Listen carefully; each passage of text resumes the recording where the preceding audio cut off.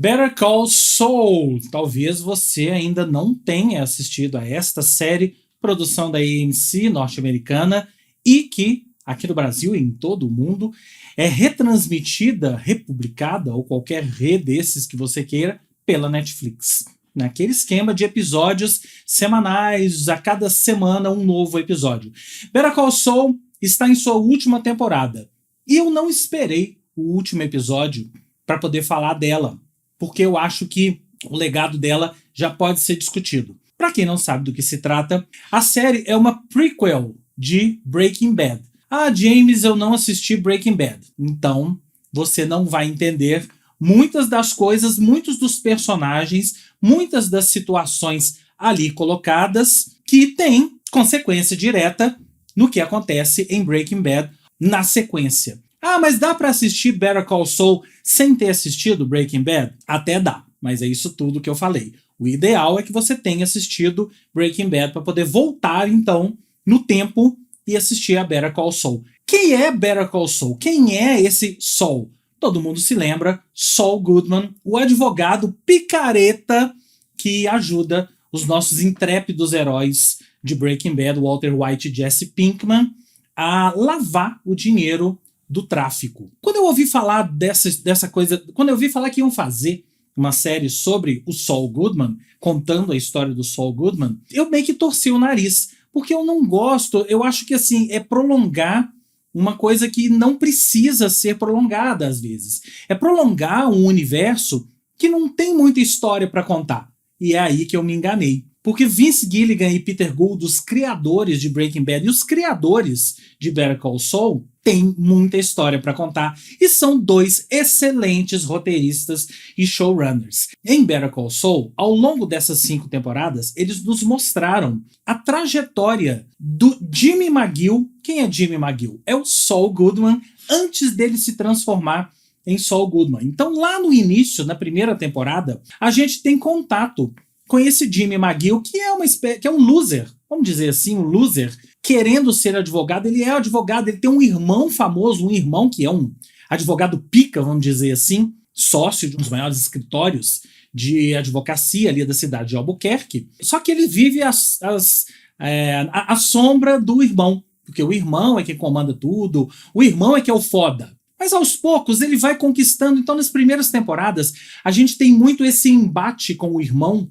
Não só o embate, né, mas a relação dele com o irmão. Então você vai entendendo aos poucos quem é esse Jimmy McGill e a jornada dele. Ele vai aos poucos adquirindo um novo status e conquistando seu espaço ali dentro da advocacia da cidade de Albuquerque, meio que à margem do próprio irmão, meio que deixando o irmão de lado em determinados momentos. E a gente também é apresentado para uma personagem que é a Kim Wexler, papel brilhantemente vivido pela Rhea Seehorn. E a Kim é uma advogada do escritório do irmão dele, né, do irmão do Jimmy McGill, e eles se apaixonam e formam um casal. E aos poucos a gente vai vendo também a série Better Call Saul, trocando em miúdos, é a trajetória desses dois personagens, principalmente do Jimmy McGill, principalmente, mas também da personagem Kim Wexler, que no início é essa advogada pica grossa também, mas ela se apaixona pelo Jimmy e ela vai adquirindo uns outros contornos, uns outros contextos, umas outras cores, que são às vezes bem questionáveis. Você questiona a personagem, ela mesma se questiona ao longo do tempo, até um desfecho, até esse presente momento, que eu não vou dizer qual é, mas que eu achei bem satisfatório para a personagem. Mas a gente está aqui realmente falando do Jimmy McGill e como esse personagem vai adquirindo também outros contornos, outros contextos para sua personalidade, e aos poucos você vê ao longo dessas 5 temporadas que ele vai se transformando ao pouco no Saul Goodman. Ele deixa de ser o Jimmy McGill e ele adquire não só um novo nome, um novo escritório, um novo tipo de advocacia que ele passa a exercer, mas uma nova personalidade. E é isso que é legal. Não sem muitas perdas. Ele perdeu muito ao longo desse processo. Ele conquistou algumas coisas? Conquistou. Mas qual foi o preço disso? E eu acho que, em suma, é disso que Better Call Saul fala. Das escolhas da nossa vida. Claro que tem, assim, muitas outras nuances, muitos outros personagens que eu poderia esmiuçar aqui, mas eu queria dar essa dica para vocês dessa forma, com esse olhar. Para você promover uma mudança na sua vida, você ganha e perde. Você mais perde do que ganha? No caso dele, eu acredito que sim. Ele ganhou alguma coisa? Sim.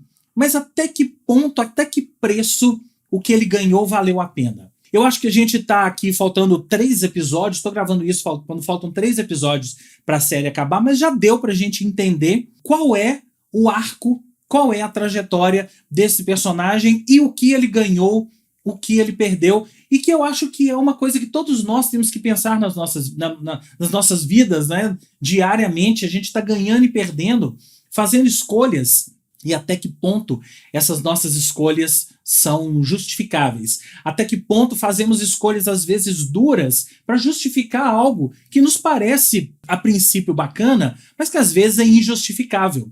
E o Jimmy McGill, ou Saul Goodman, acaba percorrendo esse caminho a qualquer preço. Ele não hesita em percorrer esse caminho, em ter muitas perdas, em questionar até a própria moral, em ir contra a própria moral, ou às vezes justificar o injustificável. É isso que eu acabei de falar.